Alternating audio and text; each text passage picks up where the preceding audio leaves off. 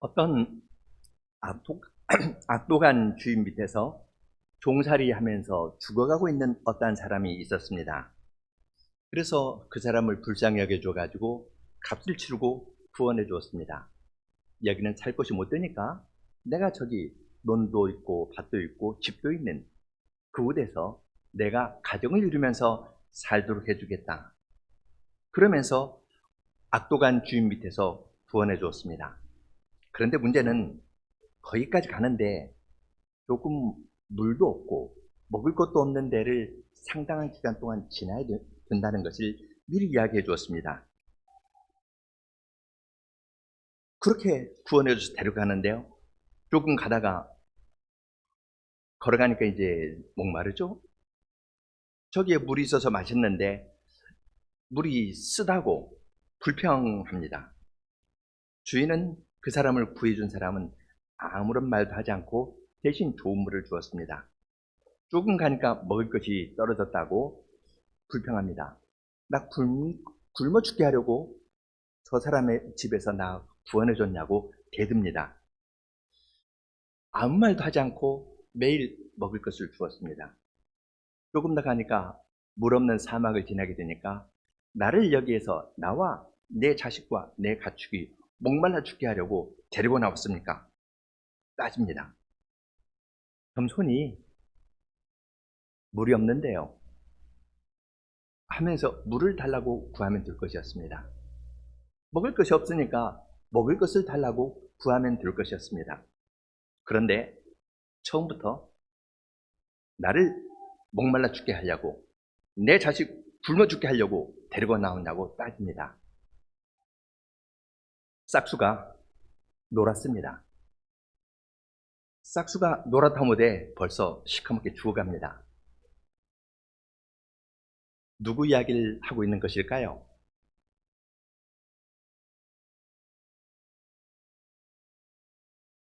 애굽에서 건져낸 이스라엘 백성 이야기인데 아마 우리 이야기일 것입니다. 이스라엘 백성들은 애굽에서 하나님께서 10가지 재앙을 통해서 그들을 구원해 주시고 기적적으로 나오게 했습니다.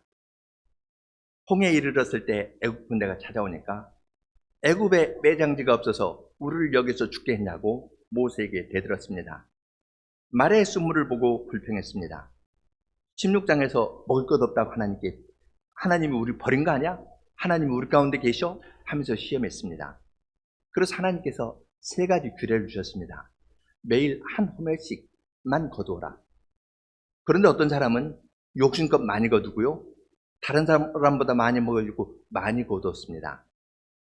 주님께서는 그 사람이 많이 거두었지만 집에 와서 재보니까 조금 거둔 사람과 똑같이 한 호멜 약 2리터쯤 되도록 똑같이 하도록 했습니다. 이튿날까지 남겨두지 말라 했습니다. 내일 또 줄 테니까.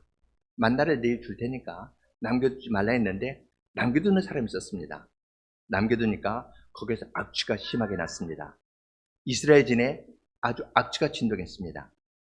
셋째는 안식일에 나가지 말라 했습니다. 그런데 안식일에 나가는 사람이 있었습니다. 하늘 양식인 만나를 주시면서 3가지 아주 쉬운 계명을 주셨지만 그들은 그걸 싸그리 무시합니다. 17장에 보면은 목마르다고 나와 내 자식과 가축을 목말라 죽게 하려고 애굽에서 데리고 나왔냐고 모세에게 대듭니다. 하나님께 겸손히 구하는 것이 없습니다. 그러한 이스라엘 백성에게 하나님께서 어떻게 대하셨습니까? 너 참 싹수가 노랗다. 그렇게 말씀하셨나요? 아닙니다. 그러한 이스라엘 백성에게 오늘 읽은 출애굽기 19장 5절, 6절 말씀을 하십니다. 내가 어떻게 독수리 날개로 너희를 업어 나에게로 인도하였음을 너희가 보았느니라. 애국 군대가 쫓아올 때에도 마라에서 불평할 때에도 하나님 우리 가운데 계시냐면서 시험하면서 먹을 것 마실 것 없다고 대들 때에도 또 아말렉 군대가 쳐들어왔을 때에도 하나님께서는 이스라엘을 한마디도 책망하지 않으셨습니다. 내가 너희를 독수리 날개로 업어서 나에게로 데려왔다. 그렇게 말씀하시고, 너희가 나의 말을 잘 들으면 열국 중에서 나의 소유가 되고 제사장 나라가 되고 거룩한 백성이 될 것이라고 말씀하십니다. 말을 처음부터 안 듣는 자들입니다. 들을 기미가 이만큼도 없습니다. 그런데 하나님께서는 그들을 독수리 날개로 업어서 나에게로 인도하셨다고 말합니다. 어떤 장면이 생각나냐면요, 아이가 태어나서 웁니다. 배고프다고 울고요, 오줌 쌌다고 울고 똥 쌌다고 웁니다. 그럼 어머니는 어떻게 하나요? 너 울지 않고 다른 식으로 이야기할 수 없냐 하면서 아이를 때리나요? 아이가 울면은 금방 아이가 배고프구나, 아이가 기저귀 갈아줘야겠구나, 목욕시켜줘야겠구나 하면서 아이의 울음소리도 아름다운 말로 들으면서 그걸 씻어주시고 먹여주고 재워주고 그렇게 하지 않습니까? 그런 모습이 생각납니다. 그처럼 거역하는 이스라엘 백성을 하나님께서는 내가 나에게로 인도했다 품어주시는 겁니다. 우는 아이를 달래서 품고 젖먹이듯이 주님께서 먹여주십니다. 그러면서 주님께서 말씀하십니다. 너희가 내 말을 잘 듣고 내 언약을 지키면 너희는 열국 중에서 나의 소유가 되고 세 가지입니다. 제사장 나라가 되고 거룩한 백성이 될 것이라고 말씀하십니다. 여기 열국 중에서 나의 소유가 된다는 것은 온 세상이 하나님의 소유인데요, 그 가운데서 하나님의 소유입니다. 천지를 만드신 하나님께서 이스라엘 백성을 만드셨습니다. 그럼 이스라엘 백성은 다른 민족과 달리 독특합니다. 여기에서 사용된 내 소유라는 말은 달리 번역하면 보물이라는 말입니다. 너희는 열국 중에서 내 보물과 같다고 이야기합니다. 말하자면 이 보물은 보통 보물이 아니라요, 왕관이 있으면 왕관 앞에 있는 다이아몬드 같은 겁니다. 보석 중에 보석입니다. 이번에 엘리자베스 2세의 서거가 있으니까 거기 왕관에 있는 그 보석을 인도나 이런 데에서 가져갔으니까 100여 년 전에 가져갔으니까 달라고 뭐 그런 말도 있었죠. 그만큼 귀한 겁니다. 이스라엘 백성은 하나님의 말씀을 듣지 않고 처음부터 거역하던 자들인데 주님께서 너희는 나에게 보물이다, 세상에서 가장 존귀한 자이다, 그렇게 말씀하십니다. 하나님께서 앞으로 있을 이스라엘 백성의 반역을 모르고서 이 말씀을 하셨을까요? 당장 시내산에서부터 그들은 금송아지 만듭니다. 적과 꿀이 흐르는 가나안 땅에 갔지만 큰 포도를 보지만 거기에 안악자손이 있다는 것 때문에 애굽으로 돌아가려고 합니다. 그들이 반역할 것을 주님께서 모르셨을까요? 모함 여인이 와서 꼬이면 그 시험에 넘어갈 자들입니다. 이스라엘 역사 전체를 놓고 보면은 바벨론 포로로 끌려갈 자들입니다. 주님은 다 아셨습니다. 아셨는데도 불구하고 너희는 내 소유다, 나의 보물이다, 이렇게 말씀하십니다. 어떻게 이렇게 말씀하실 수 있겠습니까? 이스라엘 백성이 무엇 하나 잘했기 때문도 아니고 돌이켜서 앞으로 잘할 가능성이 있기 때문이 아닙니다. 처음부터 끝까지 이스라엘 백성은 못합니다. 5절에서 밑줄을 하나 그을 만한 말이 있는데요, 내 언약입니다. 너희가 내 말을 잘 듣고 내 언약을 지키면 너희는 모든 민족 중에서 나의 보물이 될 것이라고 이야기를 합니다. 이 언약은 하나님과 이스라엘이 맺었지만 하나님께서 우리 언약이라고 말씀하시지 않습니다. 이것은 하나님의 언약입니다. 하나님께서 세우셨고 하나님께서 이루실 겁니다. 그리고 그 언약의 내용을 이스라엘 백성에게 말로 가르쳐 주어서 이스라엘 백성이 정말로 보물이 되도록 만드시는 일을 하나님께서 하실 것입니다. 출애굽 이후 지금까지 한 번도 순종하지 않은 그들을 앞으로도 10번이나 광야에서 하나님을 시험하고 광야에서 죽을 그들이지만 주님께서는 내가 내 언약을 세운다. 내 언약한 것은 내가 반드시 이루어간다. 내가 너희를 나의 보물로 만들겠다. 이렇게 말씀하십니다. 보물이라는 말을 제사장 나라와 거룩한 백성이라는 말로 더 설명합니다. 이스라엘 백성 전체가 제사장 나라입니다. 그들이 하나님께 나아가 예배를 드리고 하나님과 교제합니다. 그리고 그들은 다른 민족도 하나님께 인도하는 일을 할 것입니다. 이 점에서 이스라엘 백성은 제사장 나라입니다. 제사장은 거룩하죠? 이스라엘 백성 전체가 거룩할 뿐만 아니라 이스라엘 백성 전체가 거룩한 백성입니다. 하나님께서는 내가 거룩하니 너희도 거룩할지어다 말씀하십니다. 이스라엘 백성은 거룩한 자들 아닙니다. 그러나 하나님께서는 내가 너를 거룩한 자로 만들겠다고 하십니다. 거룩함은 하나님의 어떠하심을 가장 집약적으로 표현하는 말입니다. 하나님의 어떠하심, 하나님의 의와 사랑, 이 모든 것을 합해서 거룩함이라는 말로 표현합니다. 하나님의 어떠하심을 주님께서는 하나님의 보물인 이스라엘에게 주십니다. 하나님의 어떠하심을 다 나타내 보여주시고 나를 닮은 자가 되도록 만들겠다고 말씀하십니다. 하나님께서는 처음부터 사람을 창조하실 때 하나님의 형상으로 지었습니다. 하나님의 형상인 우리는 하나님과 사귀는 자들입니다. 하나님께서 거룩하시기 때문에 우리는 거룩한 자가 되어서 하나님의 거룩한 성품에 참여해서 사랑을 베풀기도 하고 지식을 가지고 어떠한 것을 바르게 판단하기도 하고 또한 능력 있게 어떠한 일을 행할 수도 있습니다. 내가 너희를 내 보물로 삼고 나에게 예배하고 또한 나와 교제하는 거룩한 백성으로 만들겠다고 말씀하십니다. 거역하던 자들을 독수리 날개로 업어서 나에게로 인도했다.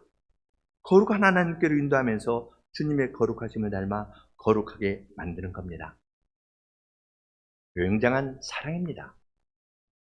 하나님의 거룩하심은 이 점에서 하나님의 사랑입니다. 이 사랑은 또한 거룩한 사랑이기 때문에 거기에는 엄유가 있습니다. 주님께서 이제 이 말씀을 주님의 사랑과 엄유를 나타냈을 때 이스라엘 백성들이 8절에서 일제히 말하는 것가 있습니다. 여호와께서 명령하신 대로 우리가 다 행하겠습니다. 하나님을 거역한 자들, 하나님을 시험한 우리들을 하나님의 특별한 보물로 삼고 제사장 나라가 되게 하겠고 그들을 위해서 하나님의 말씀을 듣고 하나님의 언약의 말씀을 지키면 내 말, 내 언약하니까 언약의 말씀입니다. 하나님께서 지금부터 주시는 말씀을 잘 지키면 거룩한 백성이 되게 하겠다고 말씀하십니다. 하나님의 거룩함에 참여하는 건 명확합니다. 그건 하나님의 언약의 말씀을 지키는 겁니다. 너희가 내 말을 듣고 내 언약을 지키면 거룩한 백성이 된다 했습니다. 그리고 이 언약의 말씀을 20장에서 10마디 10계명으로 주셨고 21장부터 23장에서는 10계명의 말씀을 해설해 주었습니다. 이 점에서 우리가 믿는 하나님은 아주 분명한 하나님이십니다. 그냥 다른 이방 종교에서처럼 득도해서 알아라. 연꽃 하나 딱 들고 알았냐? 이런 식으로 이야기하지 않고 아주 정확하게 언약의 말씀을 주셔서 이 언약의 말을 지키면 너희는 나의 거룩함에 참여하는 자가 될 것이다. 이렇게 말씀해 주십니다. 거룩함을 보여주시고 거룩함에 참여할 수 있는 길로 내가 너에게 말을 줄 터이니 이 말을 믿겠냐고 순종하겠냐고 묻습니다. 내 언약이라 해서 하나님께서 혼자 다 하시는 것 아닙니다. 알려주시고 이스라엘 백성에게 묻습니다. 그러니까 첫째로 하는 말이 이스라엘 백성들이 하는 말이 8절인데요. 백성이 일제히 응답하여 가로되 이것은 우리가 같이 한번 시내산 밑에 서 있는 심정으로 백성들이 일제히 응답하는 말을 같이 한번 낭독해 볼까요? 시작. 여호와께서 명령하신 대로 우리가 다 행하리이다. 얼마나 큰 은혜입니까? 하나님께서 이야기해 주시는 것을 행하면 하나님의 거룩함에 참여하고 하나님의 보물이 된다고 말씀해 주시니까 이스라엘 백성들이 알았습니다. 우리가 여호와의 명하신 대로 명하신 그 모든 말씀을 다 지켜 행하겠습니다. 명하신 대로 우리가 다 행하겠습니다. 그렇게 이야기를 했습니다. 이건 굉장한 사랑인데 말 한 번 내가 순종하겠습니다. 말 한 번 하는 것으로 되는 것이 아닙니다. 하나님의 거룩함은 사람으로서는 그 깊이를 알 수가 없습니다. 경외하는 마음으로 가야 하나님의 거룩함을 조금이라도 알 수 있습니다. 그래서 그 다음부터 보면은 하나님께서 말씀하시는 거가 있죠. 나를 만나기 위해서 준비해라. 옷을 빨아라. 3일 동안 옷을 빱니다. 옷을 빨면서 무엇을 생각했을까요? 우리의 의인은 다 더러운 옷과 같다 하면서 자기의 죄를 회개하는 마음으로 옷을 빨았을 겁니다. 또한 하나님께서 나타나시는 시내산의 경계를 정해서 이건 넘어서지 말아라. 하나님의 거룩함은 쉽게 침범할 수 있는 것이 아니고 하나님께서 사랑을 보여주셨지만 사랑을 보여주셨으니까 그냥 가볍게 대할 수 있는 분이 아니라는 것을 말씀하십니다. 경계를 정하고 넘어오지 마라. 하나님의 거룩한 어미는 그대로 보존하시면서 이스라엘 백성들로 하여금 옷을 빨고 자기를 삼가면서 하나님의 언약의 말씀을 듣도록 하셨습니다. 그때 이제 하신 말씀은 출애굽기 20장부터입니다. 나는 너를 애굽 땅 종되었던 집에서 인도하여 낸 너희 하나님 여호와로라 하면서 십계명의 말씀을 쭉 해주셨고요. 그리고 21장, 22장, 23장에서는 십계명을 설명해 주셨습니다. 십계명이 이 말이 무엇을 의미하는지 아주 21, 22, 23장에서 구체적으로 설명해 주셨습니다. 그리고 이제 24장으로 넘어갑니다. 24장에서는 세 가지 중요한 일이 있습니다. 첫째는 백성에 관한 것이고, 둘째는 70인 장로에 관한 것이고, 셋째는 모세에 관한 것입니다. 20장에서도 이제 십계명을 낭독하고 십계명을 설명해 주었습니다. 십계명 설명해 주는 이야기를 하니까 3절 모세가 와서 여호와의 모든 말씀과 그의 모든 율례를 백성에게 전하며 그들이 한 소리로 응답합니다. 지금 모세가 와서 전해준 모든 말씀은 십계명을 설명해 주는 겁니다. 하나님께서 십계명의 말씀을 해주시니까 이스라엘 백성들이 두려웠거든요. 우리가 죽겠습니다. 모세 당신이 가서 이 말씀을 듣고 우리에게 전해달라 하니까 21, 22, 23장에서 하나님께서 십계명 해설해 주시는 말씀을 모세가 듣고 와서 백성에게 그대로 이야기해 주었습니다. 그러니까 백성들이 한 소리로 이야기합니다. 3절 그 부분은 우리 함께 읽겠습니다. 시작. 여호와께서 말씀하신 모든 것을 우리가 준행하리이다. 듣고 들었을 때 좋다고 준행하겠다 했습니다. 그런데 그것으로 끝나는 거 아닙니다. 4절 보면은 모세가 아침에 그 모든 말씀을 기록합니다. 기록하고 산 위에 제단을 쌓고 거기에서 번제와 화목제를 드려서 피를 반절은 제단에 뿌렸습니다. 반절은 제단에 뿌려서 자기들의 주유를 속하였습니다. 그리고 7절 언약서를 가져 백성에게 낭독하여 듣게 하니 출애굽기 21, 22, 23장 이야기를 다시 한번 듣습니다. 어제 들었고요. 하룻밤 자면서 생각했고 그 다음날 또 듣습니다. 이때에는 기록한 것을 모세가 낭독합니다. 내가 잘 못 들었습니다 하면은 모세에게 가면은 이건 이 뜻이라고 이 말이라고 분명하게 이야기해 줄 것입니다. 7절에 언약서를 가져 있는데 언약서는 언약의 책이라는 말이죠. 언약의 말씀을 기록한 책입니다. 여기서 구체적으로 이야기하는 것은 십계명을 해설한 출애굽기 21, 22, 23장입니다. 그걸 해설하니까 이들이 다 지키겠다고 합니다. 그러니까 모세가 그 피를 가지고 백성에게 뿌립니다. 이는 여호와께서 이 모든 말씀에 대하여 너희와 세운 언약의 피니라. 백성들에게 이 피를 뿌립니다. 백성은 피로 하나님과 언약을 맺었습니다. 피의 반절은 제단에 뿌려서 그들의 죄사함을 표현했을 뿐만 아니라 또한 피는 백성에게 뿌려가지고 우리가 여호와의 모든 말씀을 준행하겠습니다 한 것을 피로 언약을 맺습니다.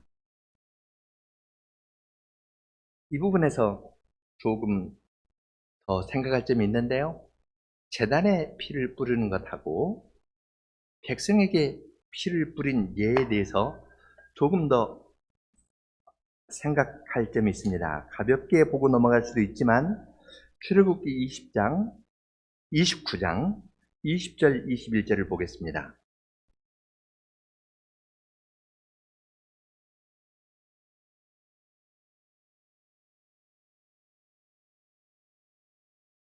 출애굽기 29장은 아론의 제사장 유임식에 관한 겁니다. 아론과 그 아들을 제사장으로 유임하는 일입니다. 7일 동안 유임하는 이야기를 하는데요. 유임하는 것은 그 사람에 관한 겁니다.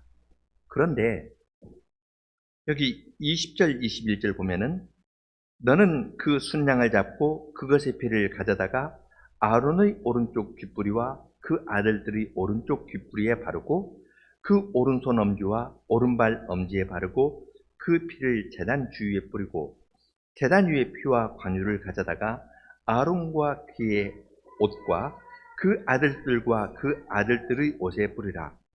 그와 그의 옷과 그 아들들과 그 아들들의 옷이 거룩하리라.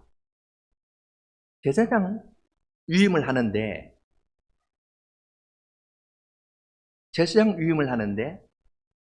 제단에 뿌리는 피를 아론에게도 뿌립니다. 같은 기름을 제단에도 바르고 아론에도 바릅니다. 그 장면을 한번 생각해 보십시오. 왜 그러겠습니까? 거기에 있는 제단은 거기에서 드리는 번제가 24시간 불이 꺼지지 않고 항상 타는 그 번제단입니다. 제단하고 제사장을 동일시하는 겁니다. 제사장 유임을 하는데 제단의 피를 제사장에게 뿌립니다. 제단과 제사장이 하나가 되는 겁니다. 이것은 제사장이나 이스라엘 백성에게 위로가 될 겁니다. 제사장 직분은 직분입니다. 달리 말하면 사람의 재능이나 능력, 경건함 거기에 좌우되는 것이 아닙니다. 제사장은 아플 수도 있고 능력이 떨어지는 사람일 수도 있습니다. 그러면 제사 직분이 사람에게 달리는 것이 될 터인데 제사장 유임을 할 때 항상 꺼지지 않게 불이 타는 그 번제단하고 똑같이 동일시합니다. 하나님의 이 일은 제사장 직분의 이 일은 끊임없이 계속될 것을 이러한 방식으로 표현했습니다. 제단과 제사장이 동을 시드는 것은 제사장 유임식에서 볼 수 있는 아름다운 광경인데, 우리는 이스라엘 백성이 제사장 나라로 부름을 받고 하나님과 언약할 때 이스라엘 백성에게 피가 반절 뿌려졌고 반절은 제단에 뿌려졌습니다. 제단과 이스라엘 백성이 동을 시드는 겁니다. 이들이 실패하는 일이 있다 하더라도 하나님 앞에 있는 제단에서 드려지는 일은 계속 되어질 것이고, 이 일은 실패하는 일이 없이 완전히 이루어질 것을 주님께서는 그들에게 보여주시는 겁니다. 제사장 유임식에서 제단과 제사장이 동을 시드는 것처럼 이스라엘 백성이 제단과 동을 시드는 겁니다. 하나로 주님께서는 묶어서 너는 나의 보물이고 제사장 나라고 거룩한 백성이다, 이렇게 말씀하십니다. 이스라엘 백성은 모르고 하는 것이 아니었습니다. 내 말을 들으면 될 것이다 하니까 그들이 여호와의 모든 말씀을 우리가 준행하겠습니다 하고 피로 언약을 맺은 겁니다. 이 언약을 맺었을 때 이스라엘 백성들은 안심했을 겁니다. 자기들은 실패할 수 있거든요. 그러나 저 제단에서 드려지는 그 일은 실패하는 일이 없을 겁니다. 그래서 그들은 더욱 자기들이 실패할 때마다 제단을 찾고 주님의 자비를 구하는 대로 나아가게 되었을 것입니다. 여호와의 모든 말씀을 우리가 준행하겠습니다 했는데 준행 못할 때마다 그들은 제단에 나아가서 주님 앞에 나아갔을 겁니다. 이런 방식으로 주님께서는 이스라엘 백성 전체를 거룩하게 했습니다. 두 가지가 더 있습니다. 먼저는 70인 장로가 하나님 앞에서 먹고 마시는 겁니다. 70인 장로가 하나님 앞에 가서 하나님을 뵈면서 먹고 마셨습니다. 11절 보면 하나님이 이스라엘 자손의 존귀한 자들에게 손을 대지 아니하셨고 그들은 하나님을 뵙고 먹고 마셨더라. 24장 1절에서도 70인 장로가 하나님 앞에 따로 나오도록 하셨습니다. 이건 우연히 되는 것이 아니라 언약 체결의 마지막 단계입니다. 야곱이 삼촌 라반하고 약속을 하죠. 그 다음에 밥 먹고 헤어집니다. 밥 먹고 헤어지는데 이 식사하는 것이 언약 체결의 마지막 단계였습니다. 이스라엘 백성들은 아래에 있고요. 70인 장로는 하나님을 뵙고 하나님 앞에서 먹고 마셨습니다. 이것이 하나님의 언약의 말씀을 지켰을 때 이스라엘 백성 전체가 이루어야 될 것입니다. 시내산에서 나타났을 때에는 흑암 가운데에서, 큰 번개 가운데에서, 두려움 가운데에서 나타나셨는데 주님께서는 70인 장로에게는 손을 대지 않으셨습니다. 그들이 하나님 앞에서 먹고 마시고 즐거워했습니다. 이것이 거룩한 백성이 하나님 앞에서 누리는 기쁨입니다. 70인 장로는 하나님을 뵙고 먹고 마셨습니다. 조금 다른 식으로 이야기를 하면요. 70인 장로는 아래를 내다보면서 너희는 이거 못 먹어봤지? 세상 어떤 맛집에서도 먹을 수 없는 가장 맛있는 거야 하면서 내가 너보다 신앙도 좋고 하나님께 봉사 잘하니까 이런 데서 먹을 수도 있어 하면서 견눈 안 했습니다. 이들도 하나님으로 만족하는 겁니다. 백성들은 우리가 언약의 말씀을 잘 들으면 재단에 딱 붙어가지고 살면 70인 장로가 하나님 앞에서 먹고 마시는 그곳에 이르게 되겠다고 이야기를 합니다. 그렇게 자연히 생각하게 할 겁니다. 그것이 전부는 아닙니다. 24장을 보면은 하나님께서 12절에 읽었죠. 모세에게 내 앞에 올라오라 그렇게 이야기를 했습니다. 그리고 17절 보면은 산 위 여호와의 영광이 이스라엘 자손의 눈에 맹렬한 불같이 보였고 모세는 구름 속으로 들어가서 산 위에 올랐으며 모세가 40일 40야를 산에 있으니라 그렇게 이야기를 했습니다. 70인 장로도 아직 이루지 못한 것이 있습니다. 그런데 하나님께서는 70인 장로는 거기에 놓고 모세는 하나님의 영광에 들어오게 하셨습니다. 모세가 내려왔을 때 얼굴에 광채가 났지 않습니까? 그것이 70인 장로도 이루려야 될 것입니다. 하나님의 거룩함에 참여하는 모습을 주님께서는 이러한 방식으로 그들에게 아주 구체적으로 알려주었습니다. 우리 하나님께서는 사랑이 많으실 뿐만 아니라 지혜로우신 분이십니다. 시선을 보십시오. 이스라엘 백성도 전부 하나님을 바라봅니다. 70인 장로도 하나님을 봅니다. 모세는 하나님 부르니까 그 영광 가운데 갑니다. 모두 시선이 하나님께 향하고 있지 않습니까? 서로 간에 다투거나 분열하는 것 없습니다. 그러면서도 과정과 단계를 보여주십니다. 사랑이 많으시다 해가지고 너희는 이제부터 거룩하니 죄를 짓지 않는 사람이 되었다 하고 금방 말씀하시지 않습니다. 철부지 아이들인데요. 이들을 주님께서는 받아주시고 너는 나의 소유고 제사장 나라고 거룩한 백성이다 말씀하시지만 이렇게 하려면 너희는 나의 계명을 지켜야 된다. 내 언약, 내 말을 듣겠냐 하면서 들려줬습니다. 듣고 알았습니다. 글로 썼습니다. 쓴 것을 다시 한번 읽어줬습니다. 그들이 다 알겠다 하니까 하나님께서는 약속을 맺었습니다. 이 제단이 영원히 있음 같이 너희는 영원히 있다. 더 올라서 70인 장로처럼 교제를 하자. 더 올라서 나 있는 그곳에 이르도록 하자. 이러한 방식으로 주님께서는 주님의 백성을 가르쳐 주시고 부르시고 인도해 주시는 것을 알 수 있습니다. 우리는 출애굽기 24장의 이 말씀을 읽으면서 이 말씀이 예수님 이 땅에서 사역하시는 예수님의 마음에 있음을 알 수 있습니다. 이 말, 언약의 피라는 말을 예수님께서 언제 사용하셨습니까?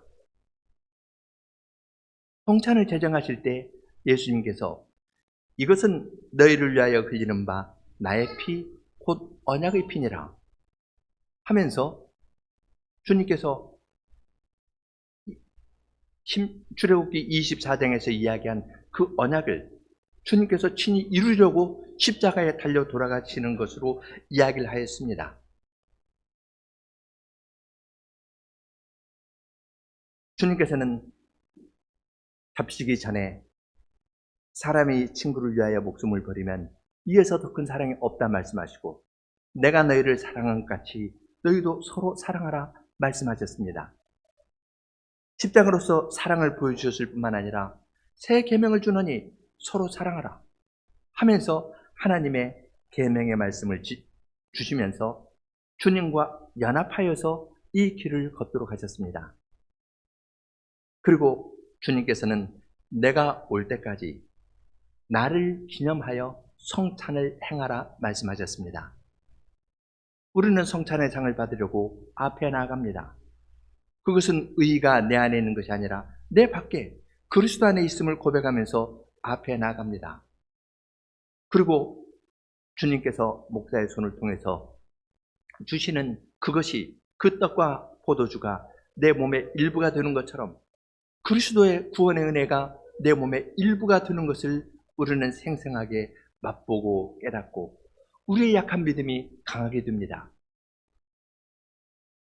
제단과 이스라엘 백성이 한 피로 연합된 것보다 더 강력하게 우리는 성찬을 통해서 그리스도와 그리스도의 몸과 피에 참여하면서 그리스도와 연합됩니다. 그리고 주님께서는 내가 올 때까지 나를 기념하라 해서 다시 오실 것을 말씀하셨고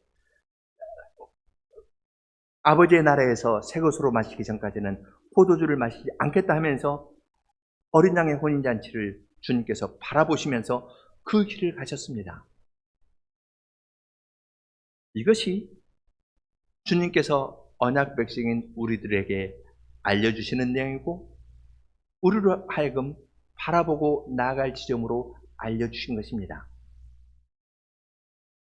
주님께서 십자가의 지식을 달리신 것은 죄인을 구원하기 위함입니다. 여러분과 저와 같은 죄인을 구원하시려고 예수님께서 십자가에 달려 돌아가셨습니다. 그것은 거기에서 그치는 것이 아닙니다. 그리스도와 연합이 되어서 이제는 하나님께서 가르쳐 주신 모든 말씀을 우리가 준행하면서 살고, 주님께서 가르쳐 주신 이 말씀을 따라 살면서 주님의 거룩함에 참여할 뿐만 아니라 이 세상에서 제사장 나라로 살고 주님을 모르는 자들을 주님께로 인도하도록 하려고, 그러한 일에 사용하시려고 우리에게 그런 은혜를 내려주시는 것입니다. 예수님을 보내셔서 구원을 이루셨는데, 예수님께서는 아버지께서 나를 보내신 것 같이 내가 너희를 보내노라, 아버지께서 나를 보내신 것 같이 내가 너희를 보내노라 하면서 주님의 몸인 교회가 그리스도와 같은 복음 사역에 참여하면서 주님을 전파하는 일에 쓰시려고 우리에게 그러한 구원의 은혜를 내려주셨습니다. 그렇기 때문에 신약에서는 출애굽기 19장 5, 6절의 말씀을 여러 곳에서 인용합니다. 요한계시록 1장 5절, 6절 보면은 우리를 사랑하사 그의 피로 우리 죄에서 우리를 해방하시고 그 아버지 하나님을 위하여 우리를 나라와 제사장으로 삼으신 그에게 영광과 능력을 세세토록 돌릴지어다 하고 찬송합니다. 출애굽기 19장과 24장에 있는 이야기는 옛날 이야기가 아니라 그리스도를 바라보면서 하나님께서 이스라엘 백성들을 죄도 용서해 주시고 그러한 은혜를 베풀어 주셨습니다. 그리스도 안에서 이 모든 사실이 이루어졌다는 것을 우리들에게 알려주시고, 이 세상에서 살아갈 때 죄에서 해방을 받은 사람들께 살아가면서 하나님을 위하여 하나님의 나라와 제사장으로 살아가도록 우리에게 말씀하십니다. 베드로전서 2장 9절에서도 같은 이야기입니다. 오직 너희는 택하신 족속이요 왕같은 제사장들이요 거룩한 나라요 그의 소유된 백성이니 이는 너희를 어두운 데서 불러내어 그의 기이한 빛에 들어가게 하신 자의 아름다운 덕을 천전하게 하려 하심이라. 우리를 택하셨고 왕같은 제사장이고 거룩한 나라로 삼으셨습니다. 그의 특별한 소유로 삼으셨습니다. 보물로 삼으셨습니다. 왜 그러시겠습니까? 하나님의 가장 특별한 소유고 보물이고 제사장이고 왕이었던 예수님께서 우리를 위해서 구원의 일을 이루면서 우리를 하나님께로 인도하셨습니다. 예수님께서 했던 그 사역을 주님께서는 우리에게 주시면서 너희도 참여하라고 하십니다. 우리를 어두운 가운데에서 불러내어 그의 기이한 빛에 들어가게 하신 이분의 아름다운 덕을 전파하도록 하려고 우리에게 이러한 은혜를 주셨습니다. 이러한 일에 참여하는 것은, 복음 전파하는 일에 참여하는 것은 하나님의 사역에 참여하는 일이고 예수님의 사역에 참여하는 영광스러운 일입니다. 그러한 영광스러운 것을 주님께서 우리 앞에 열어두시고 함께 가자, 그렇게 말씀하시는 것입니다. 좁고 자기 세계에 갇혀있는 우리를, 어두운 가운데 갇혀있던 우리를 귀한 사랑으로 구원해 주셨습니다.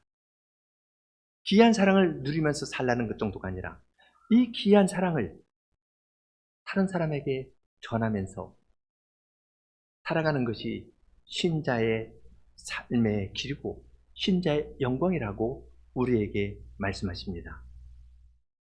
이러한 방식으로 거룩하신 하나님께서는 우리가 주님의 거룩함에 참여해서 힘있게 주님의 거룩함을 이 땅에서 나타내고 살도록 인도해 주십니다. 함께 기도하겠습니다.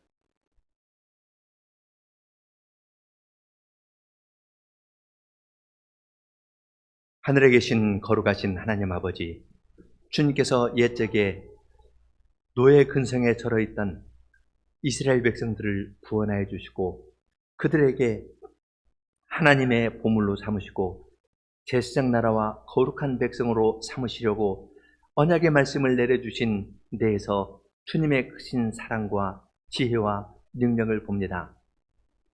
그런데 그 일은 옛날 이야기가 아니라 그리스도 안에서 오늘 저희들에게서 이루어진 일이고, 주님께서 저희를 아무 쓸모없는 저희들을 그리스도 안에서 구원하여 주시고 주님의 특별한 소유로 삼으시고 제사장 나라와 거룩한 백성으로 삼아 주셨습니다. 이러한 기이한 은혜를 베풀어 주신 것은 저희를 어두운 가운데에서 불러내어 기이한 빛에 들어가게 하신 주님의 아름다움과 능력을 이 세상에 전파하도록 하려고 이러한 은혜를 베풀어 주신 줄을 깨닫습니다.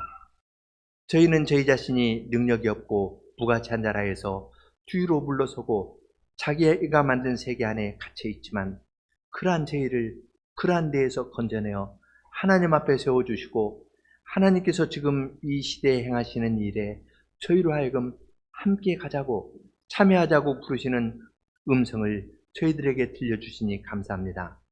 저희가 이러한 일에 믿음으로 참여하고 기도하면서 참여하고 교회적인 활동을 통하여 참여하는 사람들이 다 될 수 있도록 은혜를 내려 주시옵소서. 예수님 이름으로 기도합니다. 아멘.